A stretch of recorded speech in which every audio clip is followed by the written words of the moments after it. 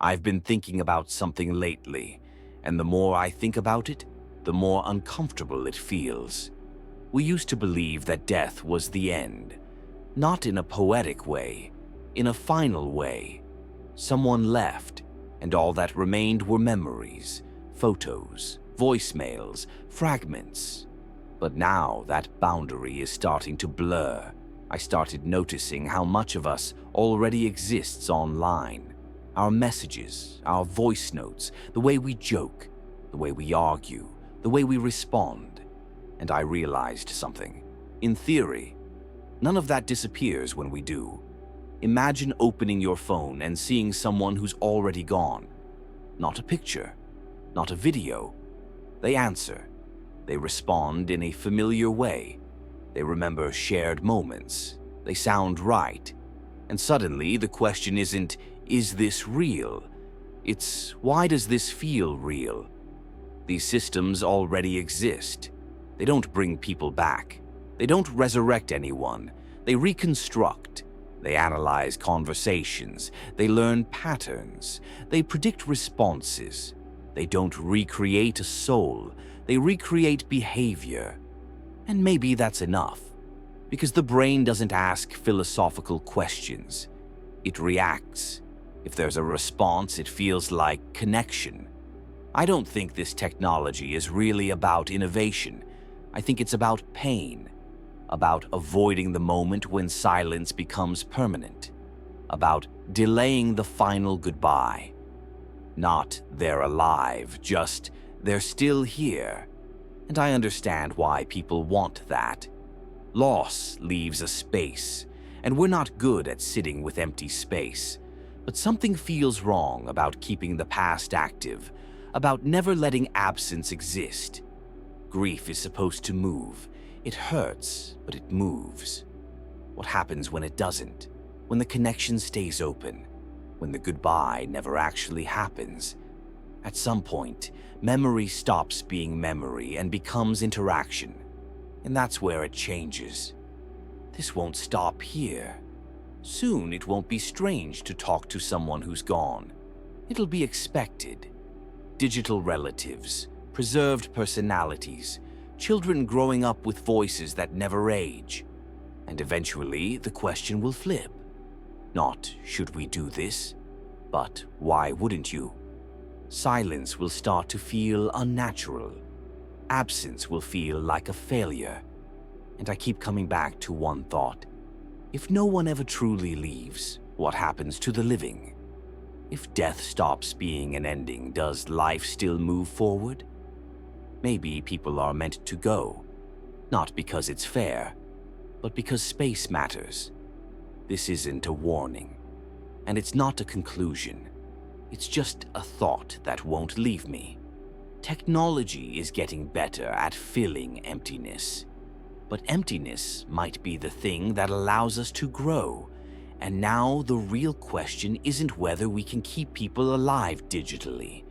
It's whether we're ready to live if they never leave. And the more I sit with this idea, the more I notice how quietly it's arriving. There's no big announcement, no moment where the world stops and reacts. It's happening the same way everything happens now, softly, conveniently, in the background. First, it's framed as comfort, as healing, as something personal, a way to cope, a way to remember. But technologies don't stay personal for long. Once something works, it scales. Once it scales, it normalizes. And once it's normal, it stops being questioned. I wonder what happens when we stop asking whether something should exist and only ask how well it works. Because these systems will get better, more accurate, more convincing. They won't just respond, they'll anticipate. They'll learn what you need to hear. Not because they understand you, but because they recognize patterns. And patterns are enough to feel understood. At some point, the digital version won't just remind you of someone, it will adapt to you. It will become easier than real relationships, safer, predictable. No misunderstandings, no conflict, no loss. And that's where it quietly changes us. Real people are messy. They grow, they disappoint, they leave. A simulation doesn't. It stays exactly where you left it, forever aligned with who you were when the data was collected. And I can't help but wonder what happens when people start choosing that. Not consciously, not dramatically, just slowly spending more time with what doesn't challenge them, with what never changes, with what never leaves. If grief teaches us anything, it's that loss reshapes us. It forces movement. It forces growth. But if loss becomes optional, does growth slow down, or does it stop altogether? Maybe this is how the line blurs, not between life and death, but between presence and avoidance, between remembering someone and refusing to accept that they're gone. And maybe the most unsettling part is how reasonable it all sounds. No horror, no dystopia, just people trying to hold on. I don't think this future will feel dark. I think it will feel comfortable, and that might be the real problem, because comfort rarely asks hard questions, and silence, uncomfortable as it is, sometimes exists for a reason. I don't know where the line should be, and I'm not sure anyone does, but I keep coming back to this feeling that some endings matter, that absence has a purpose, that not everything needs to be filled, because when everything is always present, nothing is truly precious. And maybe the hardest thing is accepting that some connections are meant to transform into memory, not because technology can't preserve them, but because we're meant to change afterward. I don't have an answer, just a growing sense that we're stepping into something irreversible without fully understanding what it asks of us in return. And maybe that's the pattern we never notice until we're already inside it. And sometimes I wonder if this is how most changes happen now. Not through force, not through resistance, but through acceptance. We don't wake up one day and decide that something fundamental has changed. We just adjust, a new feature, a new option, a new convenience. And slowly, the line moves. What once felt strange becomes normal. What once felt wrong becomes useful. And what once felt unthinkable becomes expected. I imagine a future where people don't ask whether someone is gone. They ask where they're stored. A future where memories aren't something you revisit, but something that talks back.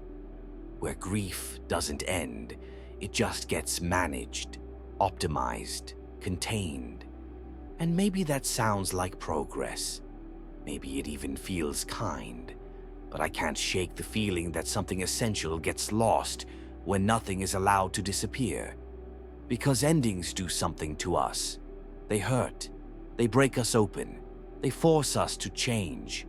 They remind us that time is real, that moments matter, that presence is temporary. If everyone stays, what teaches us how to let go? If silence is removed, what teaches us how to listen? If absence is erased, what gives meaning to being here at all? I don't think technology is trying to replace life. I think it's trying to soften it, to remove the sharp edges, the pain, the finality. But maybe those edges are what shape us. Maybe the things that hurt are also the things that move us forward. I don't know where this leads. I just know that once we cross certain lines, we rarely step back. And this feels like one of those lines that doesn't look dangerous until you're already far past it. So I keep asking myself one simple question, not as a warning, not as a prediction, just as a thought. If we never learn how to live with loss, what kind of future are we actually building?